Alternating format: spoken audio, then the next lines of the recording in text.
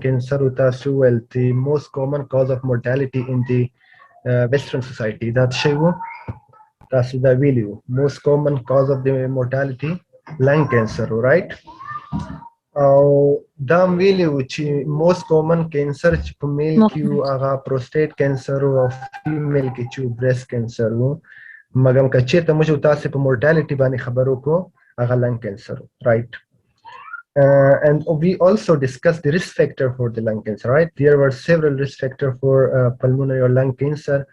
چې مهمترین smoking group 70 to 80% چې دا خلک دي دا مریضان چې دي smokers دي chronic smokers دي او chronic smokers څنګه په دې کې peak years calculate کیږي صحیح ده کنه peak years د معنا ورکوي چې دوی څو کاله سیګریټ څکولای او په ورځ کې څومره څکولای دي د دواړه مهمه دي په ورځ کې څومره څکولای او د څومره مدت لپاره څکولای دي صحیح ده کنه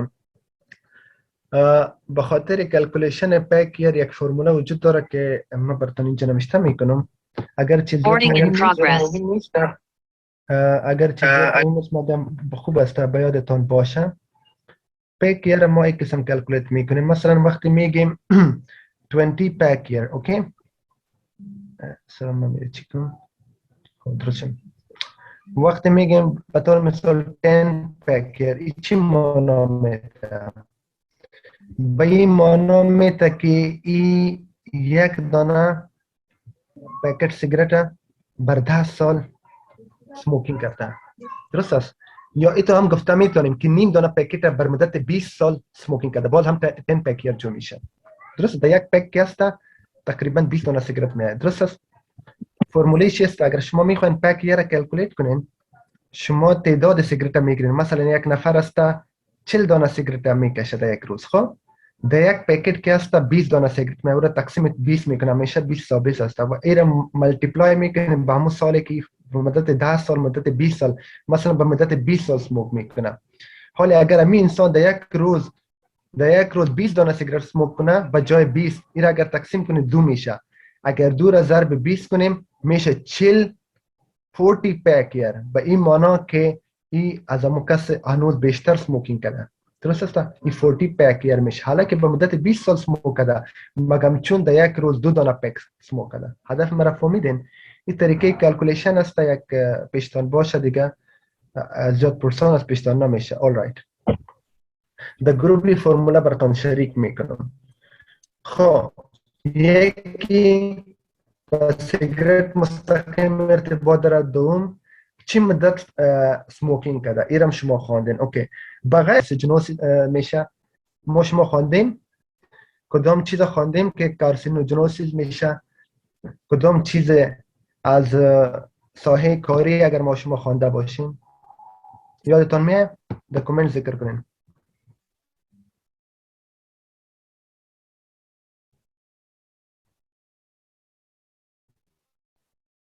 رادون اسبستوسیس رایت اسبستوز ما شما خواندیم کسانی که در فابریکا یا در ماین های اسبستوز کار میکنه یا سرکار با اسبستوز داره در اون مریضا که هسته سبب لنگ کانسر شده میتونه به مدت زمان رایت ما شما در نیموکونیوسیس خوانده میره درست است دیگه رادون که هسته یک نوع رادیو اکتیو سبستنس هسته که معمولا در کتابتان گفته که در اکثری در زیرزمینی ها و در جاهای پایین جابجا میشه و آهسته آهسته سبب کارسینوجنوسیس کده میتونه یا کارسینوژن سبب شده میتونه درست است این باز ریسک فاکتور است که سر از شما قبلا خواندیم خب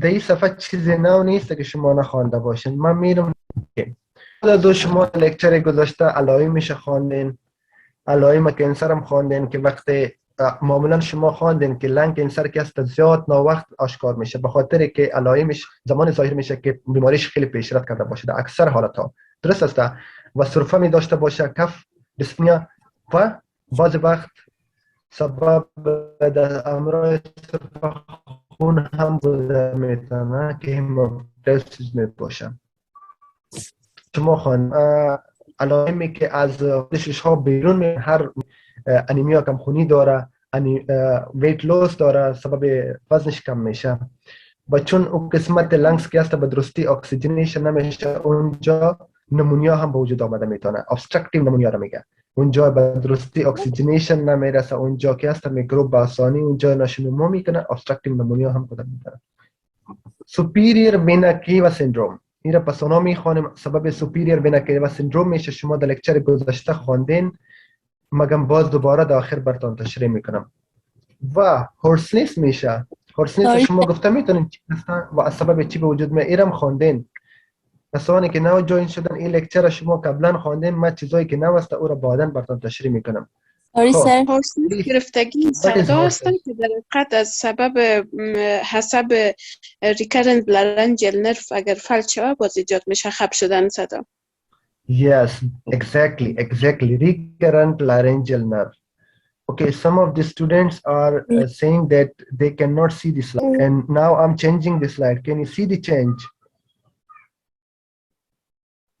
Yes. Great. Read Yes, it. Okay. yes. Okay.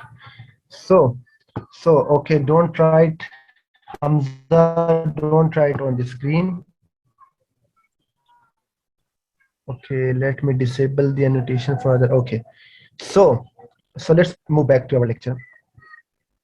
I'll clear the screen. We discussed the sign and symptom of this hoarseness. So we were discussing the hoarseness. What is hoarseness? It is due to the recurrent laryngeal nerve injury. Why does it happen? You know that some tumor can involve the nerves, such as apical tumor or Pancoast tumor. They can lead to the injury of the or paralysis of the recurrent laryngeal nerve, which lead to the hoarseness. او په دې کې چې کېږي غږ چې دا هغه چې کوم د انټنسټي هغه کم شي. صحیح ده کنه؟ د دې لپاره یو وایس ریکارډینګ د هغه هم زه له تاسو سره شیر کوم. بل چې د فرینیک نرو ده، فرینیک نرو پلسي، کله چې فرینیک نرو پلسي وسي تاسو پوهیږئ د تاسو ډایفرام چې په انسپایریشن او ایکسپایریشن یا پرسپایریشن کې تاسو هیلپ کول مسل اف د ډایفرام. کله چې فرینیک نرو انجری وسي دا پرالایسس کیږي. کله چې دا پرالایسس ا طرف د ډایفرام چې د په درسته ډول باندې کار نه کوي، درسته؟ نو دا فرینیک نرو انجری. بلینه بعد چې د metastatic symptom دی. What is metastatic symptom? For example, a patient has metastatic to the bone. یو چاته هډوکو ته میټاستاسیس شوی ده، نو چې بونی بعضې وخت فریکچر هم کېدی شي، نو دا سیمټم چې دا میټاستیټک سیمټم ده. بعضې چاته میټاستاسیس شوی ده برین ته، نو په برین کې به دته میټاستاسیس وي، هلته به څه شی وي؟ سیجرز به وي ورته. که برین ته میټاستاسیس وسي هلته به سیجرز وي، اپیلیپسي به وي ورته. نو موږ وایو چې دا سیمټم هم پکې لیدل کېدی شي. اوکې، do you have any question here؟ دلته کوم شته؟ No question, sir. I will mute everyone. You guys can, okay? Everyone can reply me through comment box. Okay.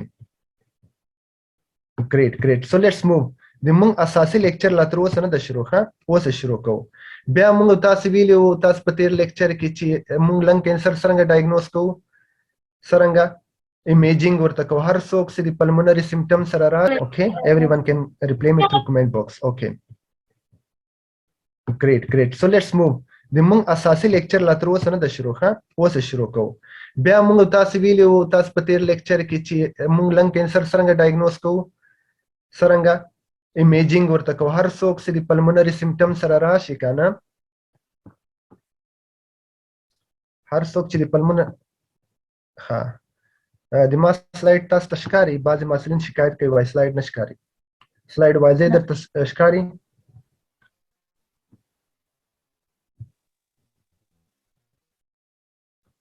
صحیح ده. چې کله هم د پلمونري سیمټم سره راشي اول کار چې کوو ایکس ری ورته کوو. صحیح ده که نه؟ ایکس ری کې کېدای شي هر وخت موږ ته کینسر ښکاره نه شي. کوم واړه کینسر چې کوم وي هغه معمولا په ایکس ری کې هم نه لیدل کېږي. صحیح ده که نه؟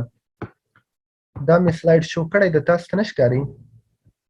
ما خپل سکرین سلاید شو ده، زه نه پوهېږم چې تاسو ته ولې نه ښکاري.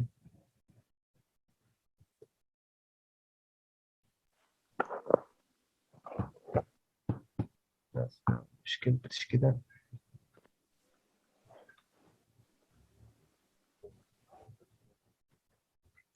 په ایکس ری باندې نه معلومیږي. یو ټیومر چې دا هغه ډیر سمال بیا له هغه لپاره څه شي کوو، که بیا هم هڅه شي چې دا ټیومر لري زه نه پوهېږم چې مشکل څه شی ده. ما فل سکرین کړی ده، ما فل سکرین ده. زما سکرین فل سکرین ده که نه؟ ډېر معذرت غواړم په دا لیکچر کې ګډوډي راځي. تاسې یو ځل به زه دا تاسو ته صحیح کړم. فل سکرین تاسو ته ښکاري؟ ټول وایي چې فل سکرین دی. چا څه مشکل ده خپل No, Ustad.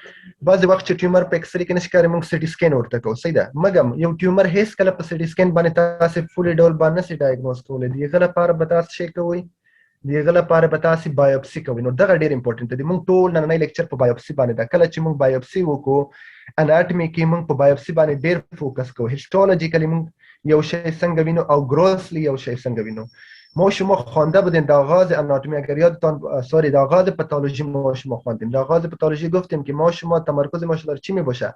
سری که ما وقتی بایوپسی گرفتیم یک مریضی است گروسلی چطور دیده میشه و وقتی هیستولوژی میکنیم زیر میکروسکوپ میبینیم کدام چیزا رو میبینیم و اهمیت از این چی است ایرا ما شما امروز میخونیم زیاد مهم است. بعد از اینکه بایوپسی گرفتیم هر تیومر از خود مشخصات داره. Every tumor has its specific characteristic. We will discuss that. After that, we can do the supportive labs, level of certain enzymes, certain chemicals, and we can go for molecular analysis where we look for surface receptor. These are the imagings and the certain investigation which are not relevant to today's topic. Topic امروز ای هم نیست. درست است عالم شما میان پسانم. اوکی. بعد از ما شما خواندیم که خب بعض وقت ایکس ری تو بوده میتونه که یک چیز شما ببینید که به شکل تیومر معلوم میشه. مثلا شما ایکس ری شوشه گرفتین، درست است؟ for example the x-ray of lungs and there is a lesion, coin like lesion.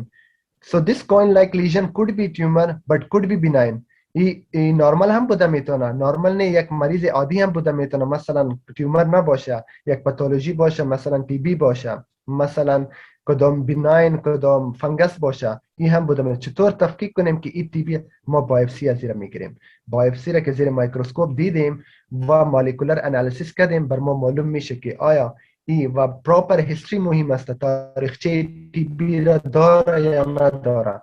دیگه این همه چیزا یک جا سبب تشخیص بیماری میشه. اوکی.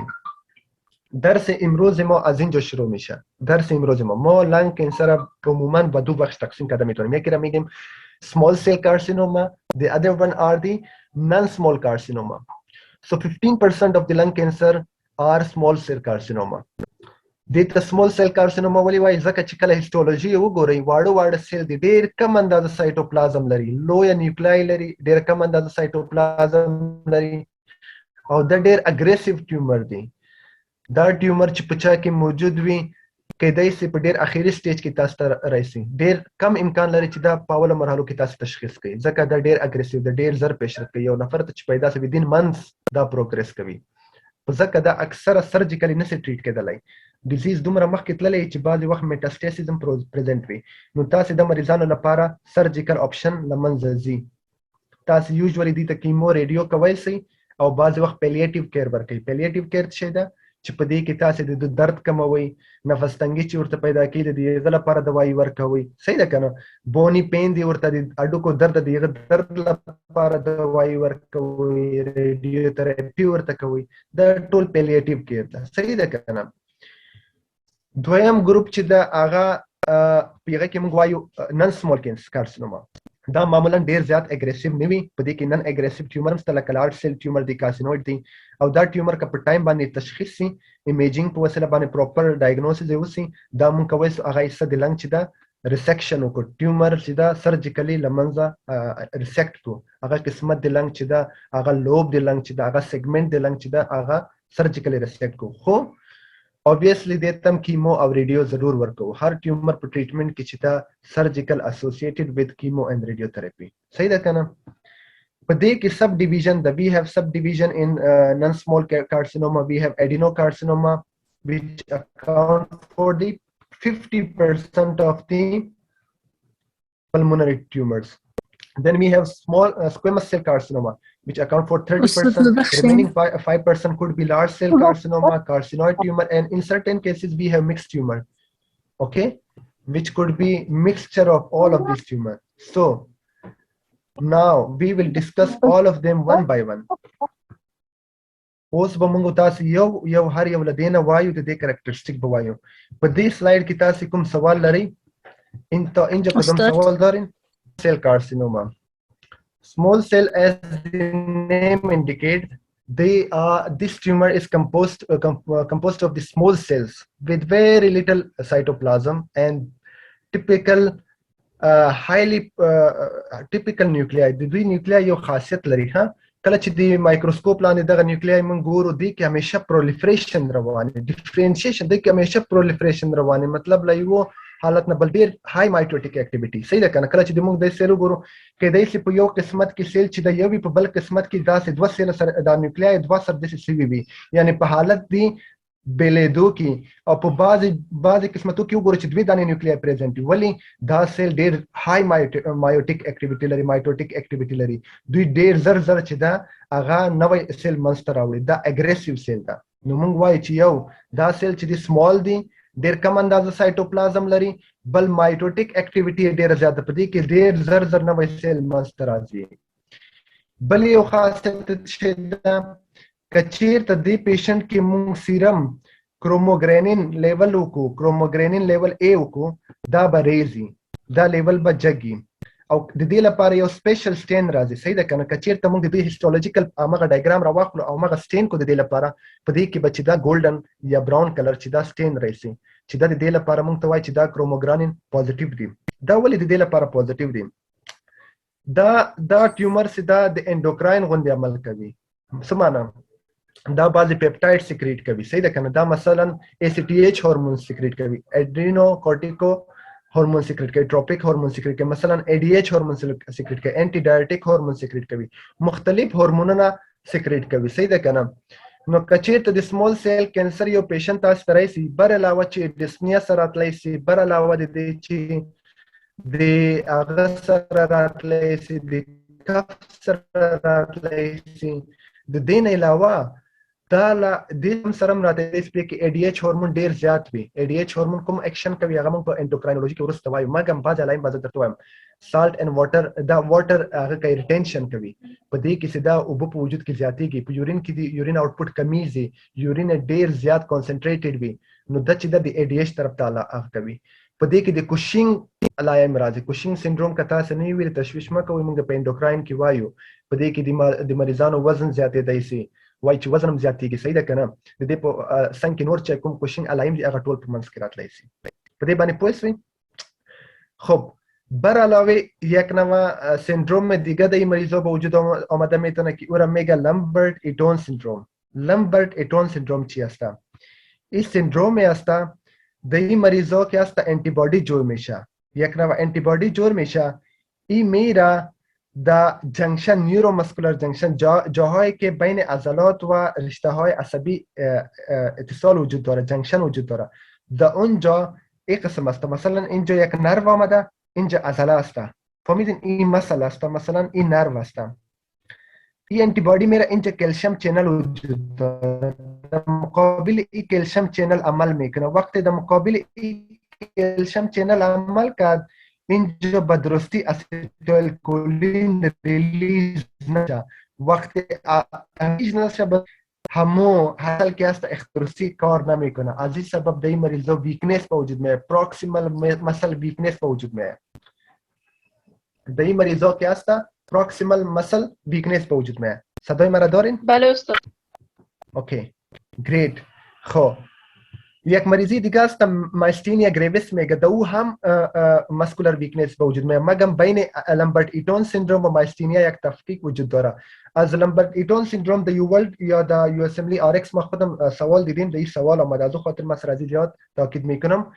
ببینین ما براتون گفتم امی قسم یک نرو است، این نرو است، اینجا مسل است. خب این رشته عصبی آمده، این ما نرو میگیم. این که است عضله است، مسل. خب اگر مشکل در اینجا در مقابل کلسیم چینل انتیبادی اینجا عمل کنه، اینجا اسیتایل کولین خوب زیاد باشه مگم پایین آمده نتونه، ایره ما لامبرت ایتون سندروم میگیم. مگر اگر کدام پاتولوژی شوه که در اینجا کدام پاتولوژی باشه که امی استایل کولین به درستی عمل کرده نتانه بازی طرف ماستینیا میره. فهمیدین؟ خب اگر من براتون یک گپ بگویم، ما چطور تفکیک کنم که امی لمبرت ایتون سندروم است یا ماستینیا است؟ یک تفکیک خیلی آسان کلینیکلی است. وقتی شما تندن ریفلکس از را میبینین، اما همه را میگیرین تندن ریفلکسش میبینین، د ماستینیا گریویش ای ویک میشه. اگر اول قوی بود آهسته آهسته ویک میشه، به خاطر که اینجا آهسته آهسته که استایل کولین میاد اینجا ریسپتور به درستی کار نمیکنه، به درستی امو استیمولس پایین نمیره. مگم در لمبرت ایتن سندروم اوت میشه که شما اگر بار بار همو چکوش بگیرین و ریفلکسش ببینین، در وسط یک دفعه ریفلکسش خوب میشه. وقتی بار بار اینجا استیمولس میتین، بار بار اینجا استیمولس میتین، اینجا یک دفعه استایل کولین خیلی زیاد ذخیره است، یک دفعه زیاد ریلیز میشه که ریلیز به این دفعه استیمولس خوبتر میایه. بعد از باز دیگه کلسیم چینل کار نمیکنه، باز کم کم استایل کولین ریلیز میشه، باز چند وقت بعد یک دفعه باز زیاد استایل کولین ریلیز میشه و باز استیمولس که است اما ریفلکس خوبتر میایه. فهمیدین؟ ما اگر در انگلیسی را بگویم with repeated stimulus the reflex could be improved. With the repeated stimulus the reflex could be improved. این یک نوع چی است؟ اگر شما نی جرکش به طور مثال شما مریض گرفتین و میخواین که نی جرکش ببینین، ریفلکس نیش ببینین، چند دفعه زدن و آهسته آهسته کمزور شده میرفت، ما میگیم که شاید این ماستینیا باشه. مگم اگر تو شد که یک دفعه زدن کمزور بود، بعد از زدن کمزور بود، باز در وسط یک دفعه قوی شد، باز اما گفته میتونه که شاید لمبرت ایتون هم باشه. مگم مهمترین گپ این است که این مریضا اکثرا لنگ کانسر می داشته باشه. مریضایی که لمبرت ایتون داره تا 50 الی 60% این مریضا که است لنگ کانسر داره یا کارسینوما داره. از خاطر این مریضا خوبتر به خاطر لنگ کانسر باید دیده شود. فهمیدین؟ به خاطر از این انتی بادی لیول دیده میشه که در مقابل کلسیم چینل موجود میه. فهمیدین؟ و این همه سندروم ها را پارانیوپلاستیک سندروم میگه. مثلا اگر یک مریض شما دیدین لنگ کانسر داره و دو علائم لمبرت ایتون سندروم است، یا دو علائم اکسسیو ADH است، یا دو علائم اکسسیو ACTH سکریشن است، یعنی کوشینگ سندروم است، ما ایرا میگیم پارانیوپلاستیک سندروم. یعنی با همو کارسینوما یا با همو تیومری که وجود آمده این سندروم ها هم به وجود آمده. از سبب همو تیومر این چیزا ریلیز میشه، در خون جریان پیدا میکنه و علائم مشخصه به وجود میاره. اینجا کدام سوال است؟ اینجا کدام سوال دارین؟ ضرورت شته بیای تشریح کنم په دې باندې پوه شولئ. موږ اوس هیستولوژي ته راځو. اصلي خبره هیستولوژي ده. We will discuss the histology in detail. Now, look at it. These are the small, okay. In the previous slide, let's move. They are called poorly differentiated cells. Poorly differentiated. دا خبره ډېر امپورټنت ده. دا ټیومر ډېر اګریسیو ده. کله چې یو ټیومر څومره پورلی ډیفرنشیټ کیږي د غومره هغه ډېر اګریسیو کیږي. پورلی ډیفرنشیټډ د معنا ورکوي چې نارمل چې په لنګس کې کوم سیل دي، نارمل چې په برونکای کې کوم سیل دي، د هغو سره بیخي مشابهت نه لري، ډېر زیات تفکیک دي. تاسو چې وګورئ په هیستولوژي کې تاسو ته ښکاره کیږي چې دا نارمل سیل نه دي. دې ته وایي پورلی ډیفرنشیټډ. کله چې یو ټیومر ډېر پورلی ډیفرنشیټډ وي د غومره هغه هایلی اګریسیو وي. پوه شولئ په دې باندې؟ نو دلته اوس راځو. Look at it. Okay, look at these cells. So basically we have these small cells with very little cytoplasm, and with high meiotic activity. Look at it. These are the cells with very little and if we observe carefully, we can see highly mitotic activity. The diagram that the this cells will kick neuroendocrine cell हम will kick neuroendocrine tumor हम और तो will kick सही था cell carcinoma. But Eaton syndrome that this is Lambert Eaton syndrome. The primary symptoms are the muscle weak, difficult review, weakness in the muscle of the eyes, problem. These are all due to weakness of muscles. 50% are associated with lung cancer. Remember, then autoimmune disorder. Whenever you diagnose a patient with Lambert-Eaton syndrome, you should definitely look at small cell carcinoma of the lung. Poishoy په دې باندې دلته کوم سوال نشته په دې کې. اوکې زما کلیر اوري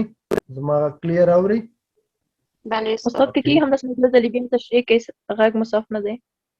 اوکې کوم ځای بیرته درته تشریح کوم؟ همدا symptoms. اوکې ښه غږ مې کلیر ده اوس ان شاء الله. کمنټ کې راته وایستئ. Alright.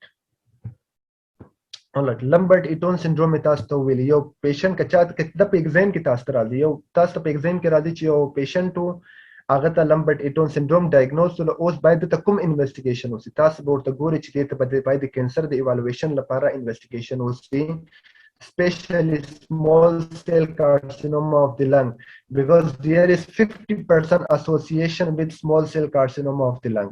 And as I mentioned, these patients present with proximal muscle weakness, decrease reflexes, reduce reflexes, and depend on the involvement of the muscle. Could be ocular muscle involvement, which lead to the weakness of the ocular muscle. If there is involvement of the pharyngeal muscle, there could be difficulty with speaking and swallowing. So it depends. The autoimmune disorder, the like mama ke dartele auto antibodies the calcium channel presynaptic calcium channel sara act kavi aw aga chida dysfunction kigi aw pa natija ki chida Lambert-Eaton syndrome mastrazi. Padi ki kum sawal shta? Let's move to the next slide. Brilliant. Okay. So the next one is the adenocarcinoma of the lung. The name indicates, look at the name, it is adenocarcinoma. What does adeno mean? Glands. Matlab da chida carcinoma kala chita se histologically guri they resemble the glands gunti. Glands chedi gland chikala yo structure raisi pomans ke secretion او شاوخوا epithelial layer چې دا هغه کور کې دته glands ویل کیږي. دا اوس موږ تاسو دلته خپل ګور په histologically کې صحیح ده کنه؟ او کچیر ته تاسو د immuno histochemistry وکي یا staining یو کوي په دې کې د surface receptor هم لیدل کیږي TTF thyroid transcription factor لیدل کیږي. دا که remember کې خه په ذهن کې وساتي بهتره ده. خو دا خبرم دغه په green کې چې درته highlight کړي this is must to remember for your exam point of view. Okay. Remember, the small cell carcinoma is usually seen in smoker and it is centrally located. All other tumors are centrally located, could be peripheral, but predominantly centrally located. Remember, adenocarcinoma are usually located in the periphery of the lung, near the pleura. They are usually peripheral tumor. Just remember that. Okay. They are the most common tumor in non-smoker. یو پیشنټ تاسو ته راځي درته وایي چې موږ خو سموکینګ هم نه کوو موږ ته ټیومر ولې پیدا شوی دا نن سموکر دی could be adenocarcinoma and in female smokers this could be your exam question. In female smokers which tumor is most common? Obviously adenocarcinoma according to pathoma. Okay, so د دې histology ته کرا شو نور علایمو کې موږ نس کولای کلینیکلی هغه رقم ډسمیا سره تلای شي دغه رقم چې دا هغه سره کف سره راتلی شي نور علایمو سره راتلی شي. Histologically when we take the biopsy how can we differentiate? Look at it. These are the glands like structure, mucinous glands like structure. Look at it. Can you guys appreciate it? Mucinous glands like structure. These are the adenocarcinoma. Gland like structure filled with mucin. Can you guys appreciate it?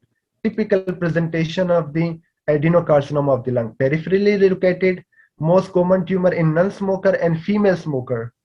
Okay? In histologically resemble glands filled with mucin. Any question here? دلته کوم سوال لري په دې کې؟ په دې باندې پوه شئ؟ کومنټ کې راته وایستئ. د دې زه تاسو اهمیت وایم دا یوه خبره څومره مهمه ده. د دې تاسو اهمیت به وروسته پوه شئ. صحیح ده که نه؟ وروسته راځو. Okay, let's move. Okay, just let me change the slide. Okay, so the first aid. This diagram is included in the first aid. Sorry, not empathoma. The gland-like structure, the mucinous jodaklari. The gland-like structure. Sorry, the gland-like the mucinous jodaklari. Located. Or dalta chida filled with mucin. Or periphery. Dalta tasu gori. The diagram is located in the periphery of the lungs. Here you can see clearly. دا ما خبره ده چې موږ مخکې وکړله دا ستاسې په هغه کې هم ورکړې ده په پتومه کې. Now let's discuss the third type, squamous cell carcinoma.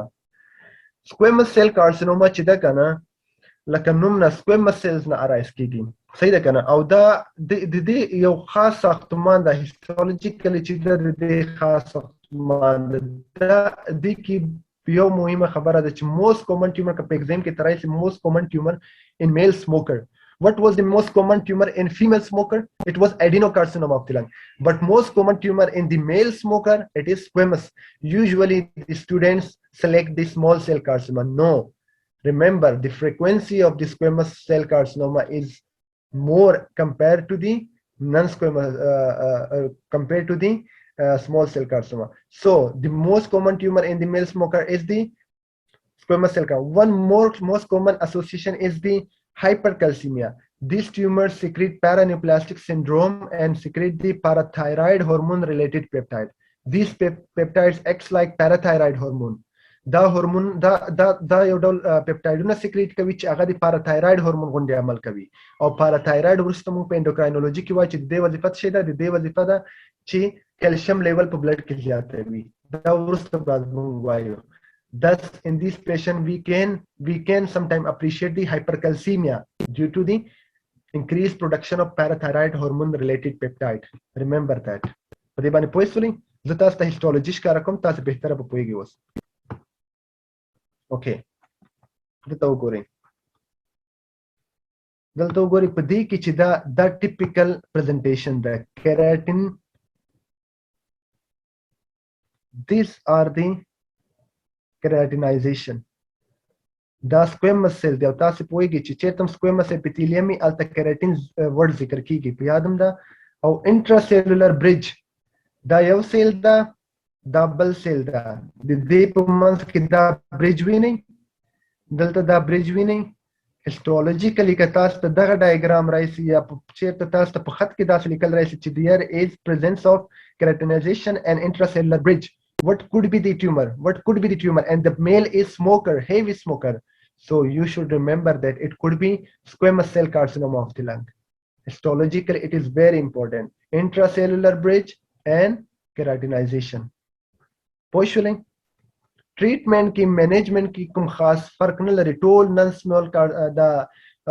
small cancer चिकुम दी दे management यव रकम दा तकरीबन मगम histologically by the differentiates exam point of view. Okay. If we do not have any specific finding, for example, if we do the histology, we do the biopsy, and we don't have any small cells with a little bit of cytoplasm, we don't have any keratin pearls and intracellular bridges, we don't have mucinous gland-like structure, then the tumor is labeled as large cell tumor, large cell carcinoma. کله چې نو ټول ټیومر ترلری کې او نو ټول ټیومر خاصیتونه پکې ونی لیدل شي په بایوپسي کې او لارج سیل پکې لیدل کېږي دې ته بیا موږ وایو چې دا لارج سیل ټیومر ده. This is the diagnosis of exclusion. دا مطلب ورکوي چې نو ډایګنوسیس هم ټول لري کړل هغه نو پکې اخر کې موږ ویل چې بس دا دغه ټیومر ده. It is also poorly differentiated. د دې چې دا ټریټمنټ ریسپانس هم ضعیفه ده دا هم په سموکر کې لیدل کېږي. It could be central or peripheral. Just remember a single peripheral tumor, which is adenocarcinoma. Adenocarcinoma usually presented in periphery of the lung. The rest of the tumor usually presents centrally, but could be periphery. But adenocarcinoma usually present with periphery of the lung. If we look at the biopsy of the large cell tumor, we can clearly appreciate large tumor cells. There are no intracellular bridges. Can you guys appreciate any bridge? No. There are no mucinous glands. These cells are not small, they are large cells with abundant cytoplasm. Look at it. Large cell with cytoplasm, multiple cell.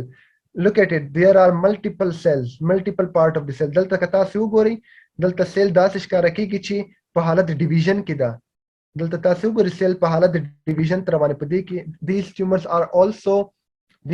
are also poorly differentiated tumor, aggressive tumors. دا large cell tumor ده. که چیرته تاسو په خواني کریکټریسټیک ونه لیدل نو موږ وایو چې دا large cell tumor ده. Great, no question here. Okay. The last one is the carcinoid tumor. What is carcinoid tumor? They are well differentiated neuroendocrine cells. Now this is well differentiated. What does well differentiated mean? Da matlab warkavi چې tumor dumra aggressive نه ده. The tumor is not that much aggressive and it resembles the parent cell. او دا چې د normal cell سره مشابهت لري. Well differentiated د معنی چې دا خپل parent cell سره د مشابهت لري او دومره aggressive tumor نه ده. دا tumor چې دا یو خاص histological characteristic لري. یاد ولري. Carcinoid tumor په lungs کې هم منځته راتلی شي. Carcinoid tumor په GIT tract کې منځته راځي. Carcinoid tumor باندې موږ باقاعده لیکچر لرو په GIT tract کې یا په endocrinology کې وایو. دا یو specific topic ده. په دې کې تاسو دوه شیان باید واخلئ. اول دا چې carcinoid tumor could present in the lung. This is the first point. It could present in the lung. Secondly, it has a typical histologically pattern which is called salt and pepper chromatin pattern. دا معنا ورکوي لکه تور مرچ او مالګه چې چیرته په یو سلاید باندې واچي د رقم یو ساختمان زه تاسو په نیکست سلاید کې درښکاره کوم. دا malignancy aggressive هم کېدای شي non aggressive هم کېدای شي. معمولا not that much aggressive. او بعضی وخت دا بعضی هورمونونه سیکریټ کوي بعضی پپټایډونه سیکریټ کوي چې دا پپټایډونه کوم دي. Carcinoid tumor usually secrete peptides which we will discuss later. These peptides are vasoactive peptides. They can cause flushing. They can cause diarrhea. They can cause tachycardia. These neuroendocrine these peptides we will discuss later. Some of them like serotonin. Serotonin یو peptide د چې دغه د carcinoid tumor کې سیکریټ کیږي. بعض نور peptideونه سیکریټ کیږي چې دا مجون کې دا لایم کوي فلشینګ کوي. مثال د سکین چې دا ریډ وګرځي ګرم سي او د لږه ډایریا په کله چې په ابډومن کې په GIT tract باندې سیمټم ډایریا ګټ موټیلیټي زیاتوي او کارډیک ټیکیکارډیا کوي سي. دا ټیومر موږ ورسته وایو. په دې کې دوه شیان ډیر مهم دي. اول carcinoid tumor چې دا دومره اګریسیو نه د سرجیکلی ریموو کېدای سي. دویم د اطراف د برونکس انوالو کوي چې کله د برونکس شاوخوا یوزولي انوالو کوي او په دې کې هیسټولوژیکلی سالت اینڈ پیپر پیټرن منځته راځي. زه تاسو ته ډایګرام ښکاره کوم تاسو بهتره پوه شئ دلته. اوکې دا وینئ دلته چې دغه برونکای وینئ دا فار ایگزامپل دا برونکس دی موږ صحیح ده که نه. دا وینئ دلته وړې وړې برونکیوز منځته راځي. د دې شاوخوا د ټیومر تاسو وینئ غټ ټیومر چې ده د دې په منځ کې چې دا neuroendocrine cell دی چې د دې نه هماغه vasoactive peptide سیکریټ کېدای شي. کله چې د vasoactive peptide سیکریټ شي پیشنټ چې د هماغه ساین او سیمټم د carcinoid syndrome سره راځي چې موږ به وروسته هم په ډیټیل کې وایو لکه فلشینګ ټیکیکارډیا ډایریا دغه شیان منځته راځي. صحیح ده که نه. که چېرته موږ هیسټولوژي ته راشو که دلته موږ تاسې راشو هیسټولوژي ته دا فکر کوئ لکه white background and black dot like a salt and pepper pattern. Salt and pepper. The pepper salt دی کې چې دا نیوکلیای دی chromatin دی active chromatin دی او شاوخوا کې چې د cytoplasm د typical pattern ورکوي. دا د exam point of view. پوه شئ په دې باندې چې څومره تاسو هیسټولوژیکل ډایګرام له نیټ نه وګورئ چې څومره زیات تاسو وګورئ دغومره د تاسو هغه ویژن چې دا هغه کېږي. خو دا کی فریزز باید په یاد کې همیشه په کوم شی لیدل کېږي د کی فریزز باید په یاد کې. اوس زه تاسو ته یو اخیری خبره دا خو پرایمري لنګ ټیومر و.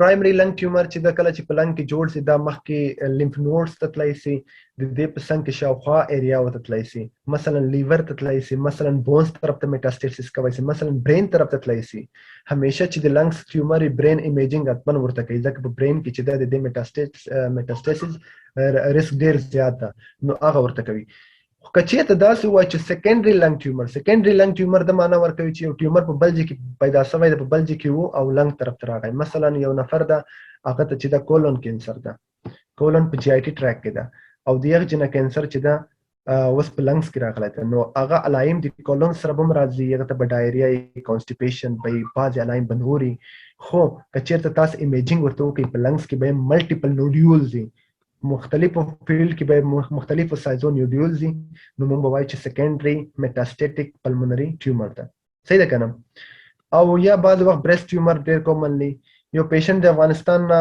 خپل انویسټیګیشن را لېږلی هغه بیا ډایګنوز شوی هغه چې و هغه ته د هغه ټیومر و د اوویرین ټیومر و د ما په خیال اوویرین ټیومر و هغه چې د میټاسټیسس یې شوی و لنګز ته چې بیا شفا ته هغه مریض راوستی یو له محصلینو نه دغه لیبز د موږ سره شریک کړي نو سیکنډري ټیومر هم لنګز انوالو کوي دا باید په یاد کړئ صحیح ده که نه کله چې میټاسټیسس وسلو بیا پوه شئ چې ټریټمنټ یې پیلیټیو ده هغه سرجیکلي موږ نه سره سیکټ کولی صحیح ده فایده دومره نه کوي اوس راځو تطبیق کولو ته دا کوم شیان چې موږ تاسو ولې د دې اهمیت په تشکیل ده صحیح ده که نه دا سوال چې دا د یوول سوال دا یوول یو کیوبینګ ده چې د یوسملي لپاره اکثره خلک ګوري این سوال از کتاب یوول گرفتیم که اکثر محصلین به خاطر یوسملی این را میبینن و میخوانن و زیاد مهم است هر چقدر که شما درس بخوانین تا که شما سوالات حل نکنین شما یک دکتر خوب و یا یک شاگرد خوب بودن نمیدن به خاطر که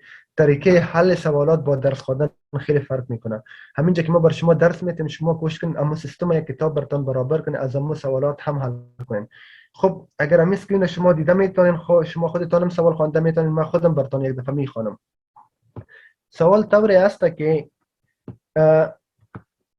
a 65 year old اولین گپ چی است 65 اینجا حلقه میکنم یک مرد است 65 ساله come to the office due to several weeks of non-productive cough چی است مشکلش کف است بلغم نریشه نداره non-productive the patient also has anorexia میگه بدرستی اشتها نداره and unconditional weight loss okay his medical history include hypothyroidism okay and has a 50 pack year smoking history 50 pack year smoking history examination shows enlarged right supraclavicular lymph node okay let me mark it enlarged supraclavicular lymph node imaging reveal large mediastinal mass okay the enlarged node is biopsy گرفته شده از lymph node و مایکروسکوپی شده و زیر مایکروسکوپ دیده شده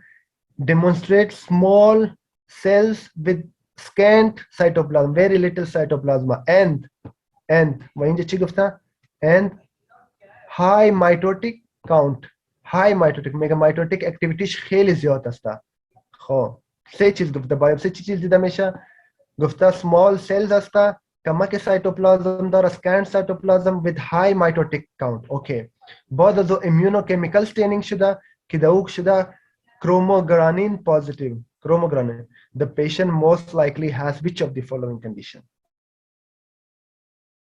ولی ما سوالا چی میکنیم حل میکنیم وقتی مریض کو خودش که کانسر و یک چند چیزای دیگه براتون تا که شما که طرف ششها اول فکر کنید بعد از براتون گفتم غږ می اورئ زما غږ درځي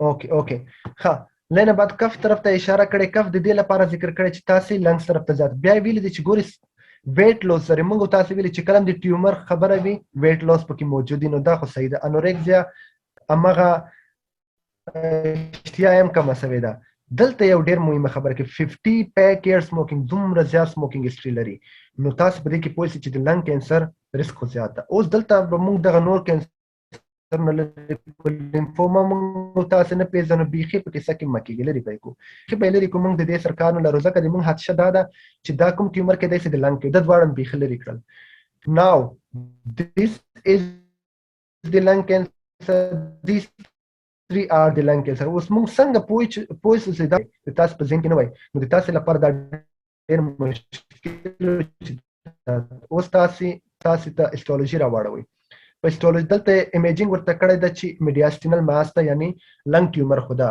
ټریکل ډیویشن هم کړی ده اوکې لنګ ماس دا موږ بایوپسي واخسته ټول ډایګنوز اوس په بایوپسي باندې مربوطه مکمل ډایګنوز دلته ویل دي چې اول سمال سیلز دي لیټل سایټوپلازم ښه درته وایستي چې په اډینوکارسینوما کې موږ تاسو څه درلودو په اډینوکارسینوما کې موږ میوسینس ګلینډ پیټرن درلودو یاد هم ده په سکویمس سیل کارسینوما کې موږ انټرسیلولر برج درلودلو او کیراتینایزیشن هم درلودو یاد هم دي د دواړه په دې کې نه لیدل کېږي راځو سمال سیل کینسر ته په سمال سیل کینسر کې موږ ویلو چې سمال سیلز به او ډېر کم سایټوپلازم بل نیوکلیای به ډېر کم او بل یو خبره که های مایوټیک اکټیویټي په یاد هم ده های مایوټیک اکټیویټي دلته پکې راغی بل ویلو چې کروموګرانین پوزټیو دي سمال سیل کروموګرانین پوزټیو دي نو دا ټیومر سیدا موست لایکلی دا ټیومر موږ هغه سره انتخابوي سو چې دا لنګ ټیومر خدا مګم لنګ ټیومر کې هم سمال سیل کینسر ده صحیح سنو دی په یو ول کې تاسو د یو نقطه انتخاب کړئ مګم دا ټول نقطې د طرف ته اشاره کوي اېره فامیدن په دې باندې ګوري دا رقم یو چې تاسو په ایگزام کې حل کوئ هغه څوک چې مثال یو سیمنی پلان لري اف سی پی اس پلان لري تاسو به دا رقم په ترتیب سره یو شی هر شي ته به تاسو فکر کوئ په یو شی به اکتفا نه کوي اول به راځي آیا دا لنګ کینسر ده کنه اول خو به دا معلوموي چې دا نور ترې ریموف کړئ دا مې ریموف کړو کف دا میډیاستینل ماس راته ویلي دلته هایپوتایرایډیزم په منځ کې اچول دا د تاسو د کنفیوژن لپاره چې د تایراید طرف ته سوچ کوي نه دا له دې سره بیخي تړاو نه لري په هایپوتایرایډیزم کې یو بل خبر ته کوم هایپوتایرایډیزم کې وزن زیاتیږي مګم د دې مریض سیده وزن کم ده دا هم یو اشاره کوي چې هایپوتایرایډیزم طرف ته موږ نه ځو صحیح ده کنه نو دا شیان چې دا چې تاسو دغه شیان لمنځه یوړل بیا نه بعد چې دغه کوم ضروری شیان دي هغه لمنځه یوړل اوس په دې دریو کې څنګه تفکیک کو د سایټو دی هیستولوژیکل په وسیله باندې یا د نور کلوې چې کوم درکړي دي اوس راځي یو بل کوېشن ته راځي یو بل کوېشن حل کو دا خو مې دا دویم کوېشن ده اوکې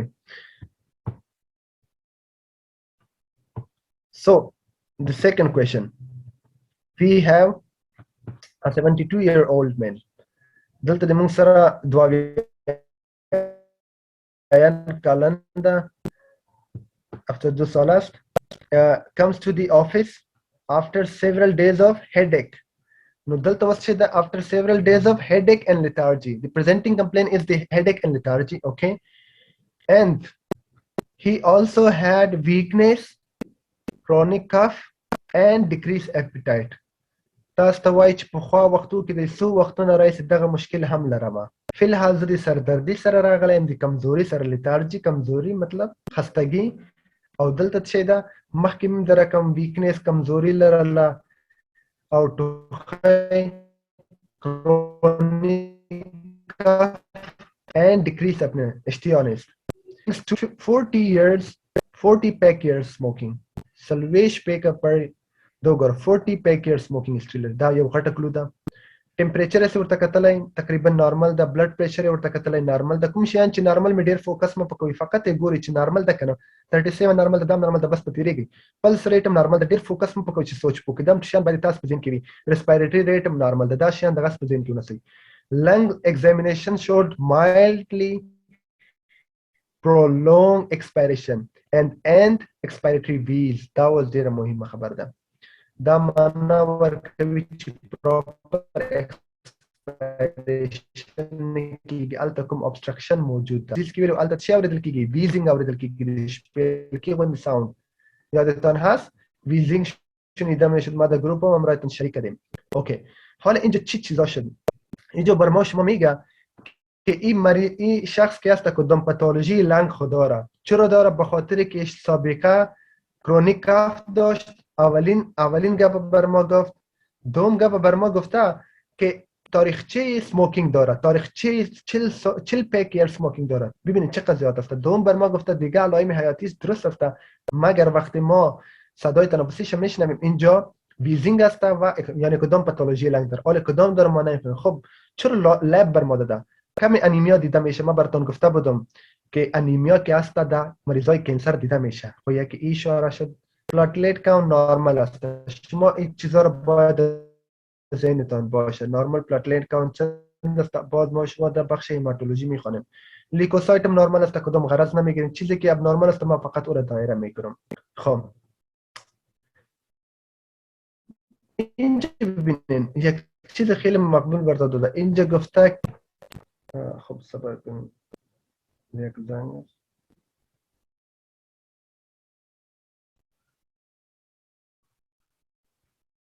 اوکی اینجا گفته که سودیم که هست 122 است. صدای مرا میشنوین؟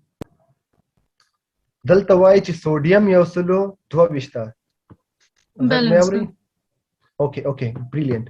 اوس وګورئ سودیم نورمال اندازه څه ده په کومنټ کې راته ووایاستئ. سودیم نورمال اندازه څومره ده؟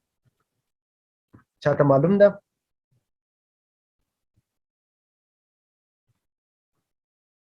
تقریبا بریلیانت بالکل د 145 نه لوړه وي. صحیح ده کنه؟ تر 145 پورې. خو مثال دغه 145 شاوخوا کې. صحیح ده کنه؟ نو موږ وایو چې دا اندازه ده. اوس در راته ووایاستئ یا 145 په اراوند کې 140 په اراوند کې دی. بالکل ایگزیکټلی.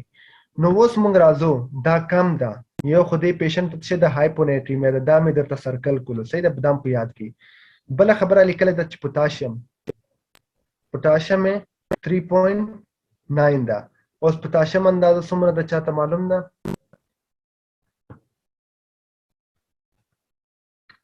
ښه صحیح ده بالکل اراوند 4 درکه موږ ویلی چې نارمل ده. پوتاشیم کې دومره چینج نشته. دا به موږ په نظر کې ونیسو چې 4.5 نه دغه اراوند کې ده خو دومره چینج نه ده. اصلي شی دلته راځو. زه د سلاید بدلوم. یو منټ دا کوېشن په پرایو سلاید کې نه ده راغلی. سلاید بدل کړم. اوکې زه دا سلاید تاسو let me change this slide. دلته راځو. پورته څه کم زه دلته دوباره درته لیکم. پورته څو خبرې لیکلې هغه تاسو ته ټول ډایرکټ دوباره لیکم. صحیح ده؟ یوې ویلې و چې هیډیک ده. هیډیک اوکې هیډیک ښه دا تاسو په ذهن کې وساتئ. هیډیک لیتارجي کرونیک کف دا شان په یاد کې وساتئ. کوم شیان چې موږ ته راکړي وو سوډیم 122 صحیح ده کنه؟ اول خبره دغه سوډیم 122. بل دلته وګورئ یوریا هم نورمال ده. که تاسو نه ده بس نورمال ده. کریټینین هم نورمال ده. په دې سر مخ وګوئ دی نورمال دي. دا دواړه شیان نورمال دي. ګلوکوز هم نورمال ده. دا نورمال رینج صحیح ده.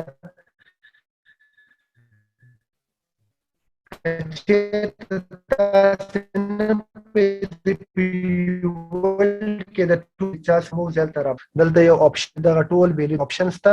دلته تاسو ټول لیب ویلیو راړوئ. سیدا کوم مشکل نشته. خو دا کامن باید په یاد وي. ښه دغه کم ده. دلته راځو اوزمولیټي. دا تاسو پوهیږئ اوزمولیټي څه ته وایي؟ د پلازما اوزمولیټي څه ته وایي؟ دا تاسو پوهیږئ؟ دا موږ ته دغه شی چې د تاسو په وینه کې څومره نمکیات دي. د تاسو د وینې د نمکیات اندازه څومره ده؟ آیا دا په نورمال اندازه ده؟ زیاته ده که کمه ده؟ نورمال اوزمولیټي چې ده هغه له 280 نه تر 290 پورې ده. 280 نه نیولې تر 290 پورې ده. نورمال اوزمولیټي خون ما چقدر است؟ از 280 الی 290. اگر از این کم شد ما میگیم که اوزمولیټي کم است. به این معنی که امون نمکیات که خون ما مثلا سودیم است او کم شده. اگر از است میگیم که در خون نمکیاتش بالا رفته. فهمیدین؟ گود. خب اوزمولیټي خون ما چی است؟ کم است. اینجا یک چیز دیگه داده. اوزمولیټي اف یورین. از یورین برتان اوزمولیټي کنه. اوزمولیټي یورین چرا داده؟ نورمال اوزمولیټي یورین که است 50 الی 100 است. از این باید بیشتر نشه در حالت نورمال. خب اگر ما نورمال آب می نوشیم به درستی ادرار میریم کدوم پاتولوژی نداریم از 50 الی 100 مکم از این 310 شده. چی معلوم میته؟ یعنی یورین زیاد غلیظ است. با اندازه کافی آب نداره در یورین. کانسنتریتد یورین زیاد کانسنتریتد است. خب هر وقت اوزمولیټي از 100 بالا رد به این معنی که یورین که است یا این نفر که است به درستی آب نمی نوشه یا آب به درستی اخراج نمیشه از وجود. خب این چیزا رو همش چیزا رو چرا گفته؟ حالا ما شما میایم سر جواب سوال. بعد از ما پرسان کرده که چست ایکس ری ریویل اوور انفلیتد لنگ فیلد. خب این کدام کمک نکرد. اوور انفلیتد لنگ فیلد خود هر چیز دیده میشه و گفته که 2.5 سانتی متر هیلیر ماس است. این برتون گفت که یک ماس وجود داره. وقتی ماس ذکر کرد احتمال زیاد میره و که چون سیگارت هم زیاد نوشیده و سنش هم بالا است، کرونیک کف هم داشت و بعد از کمخونی داشت، یعنی تیومر خود داره، لنگ تیومر داره. biopsy of the mast would most likely show which of the following. حالا گپ خراب شد. حالا بر ما شما بایوپسی را نگفته که ما شما ببینیم که سمال سیل است، کراتین پرلز است، اینترسلولر بریج است. این چیزا را هیچ چیز بر ما نگفته. ما شما چطور بفهمیم که این کدام نوع تیومر است؟ حالا ما شما میگیم اول کارسینوید تیومر از اینجا ما میکشیم. درست است؟ کارسینوید تیومر. خب نه، کارسینوید تیومر ما شما کشیده نمیتونیم به خاطر که او هم مربوط چی میشه؟ لنگ میشه. چیزایی که مربوط لنگ میشه او را میمانیم، دیگه چیزا را از آپشن میکشیم. سبب ما سلاید تبدیل کنم بریم سر می جوابات. اوکی اینمی اینجا میبینین تمرکز کردین شما. او سوری ما سکرین خاموش کردم. دیده میشه؟ دیده میشه؟ پلیز let me know. دیده میشه؟ اوکی Yes, sir. great. اوکی حالا ما شما چی میکنیم؟ مستقیم سر جواب نمیره. ما شما چیزی که ما شما میفهمیم که امکانش نیست او را حذف میکنیم. لیمفوما را ما شما نمیشناسیم، این تیومر خون است، اینا ما پاک میکنم. مزوتلیمیا را ما شما خواندیم که تیومر چی بود؟ چی بود مزوتلیمیا؟ این تیومر بود از پلورا و ما شما خواندیم که کسایی که در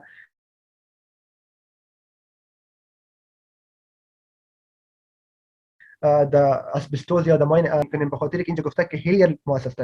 هیلیال ماس به این معنی که در خود ششها دیده میشه. اینجا بر ما گفته که هیلیر ماس است، پس ما اورم حذف کردم، اورم خط زدم. درست است؟ این دو تا رو ما خط زدم.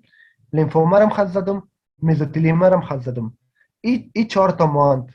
حالا از این 4 تا ما شما تفکیک میکنیم. خب چطور تفکیک میتونیم؟ کسی در جواب گفته میتونه؟ یک نفر گفته فاطمه میگه که جوابش بی است. فاطمه شما بگوین چرا جواب بی است؟ مایکتون انمیوت کنین. استاد بخاطر که پریفرال است، هایلر است. هایلر بریلینت. اوکی ډیر ښه ده، صحیح ده. فاطمه وایي چې چون هایلر لیمف نود ذکر کړی ده، دا ګوره هایلر لیمف نود چې د پیریفری کې خو وجود نه لري، هایلم په برخه کې وجود لري. او موږ ویلي و چې موست کومن ټیومر چې ده هغه اډینوکارسینوما ده، هغه چې ده په پیریفری کې وجود لري. دقیق ده، مګر خالی په دې خبره باندې چې د هایلر لیمف نود ذکر کړی ده او موږ وایو چې د اډینوکارسینوما دا خبره غلط ده. موږ له دې په اساس باندې دا نو څه تعینولی، ځکه کېدای شي چې کارسینوید ټیومر هم موږ تاسو ویلي چې په سنټر کې هم واقع کېدای شي، په پیریفری کې هم واقع کېدای شي. نو دا خو نو سلو. بل کس دا په نوم دی ډاکټر مرسل، تاسو وایاستئ چې دا ولې ای ده؟ تاسو ولې کارسینوید ټیومر وایاستئ؟ به خاطر از اینکه یکی خودم ADH ادینوکارسینوما افراز میشه به دلیل هایپوناتریمیا و دیگه که آسمولریتی خود خونم پایین آمده و آسمولریتی ادرار بالا رفته، یعنی که مقدار زیاد نمکیات در ادرار ادرار شده. دلیل شما ما چی میگین؟ جواب چی هست؟ ما جواب بی را میگم.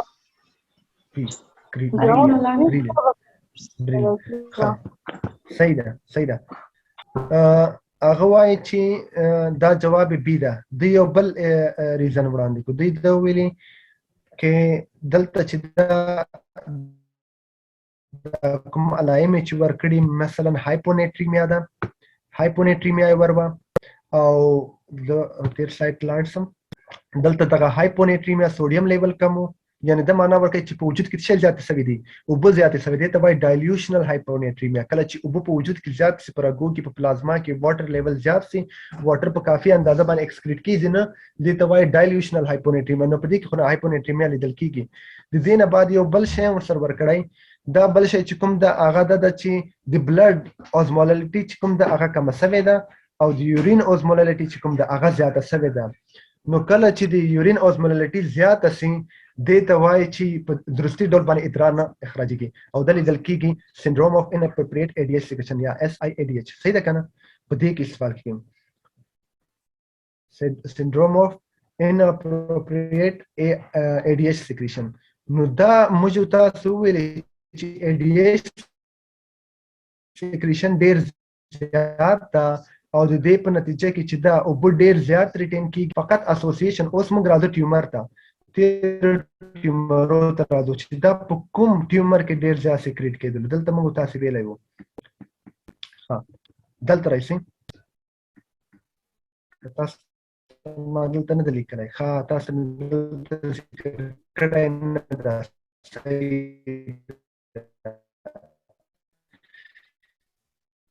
صحیح ده چې کوم دا دلته تاسو خبر کړی ده syndrome of inappropriate secretion دا بلکې ما په سلاید کې تاسو ته ذکر کړی و چې کوم ټیومر کې زیاتېږي زه بیرته لاړ شم شا سلاید ته ما تاسو ته سلاید کې ذکر و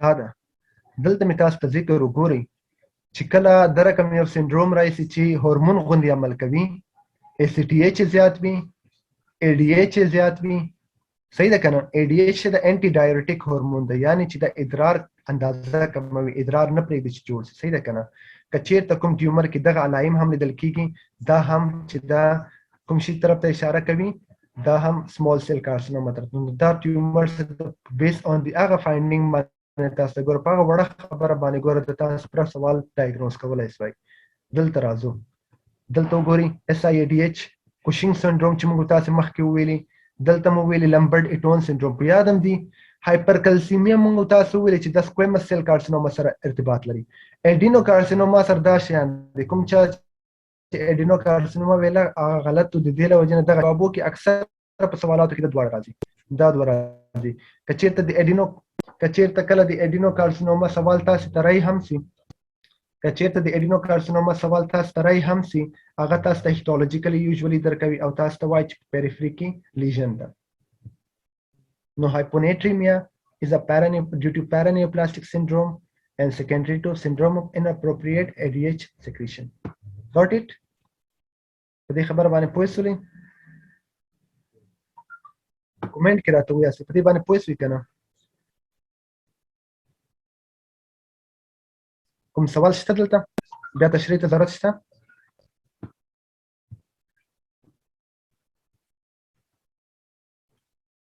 کوم سوال تاسو وایاستئ که څوک سوال لري سوال منشن کړي اوکې بیا راځو مخکې دا خو د موږ درس و ښه استاد ببخشید اگر یک دفعه تکرار کنین خوب میشه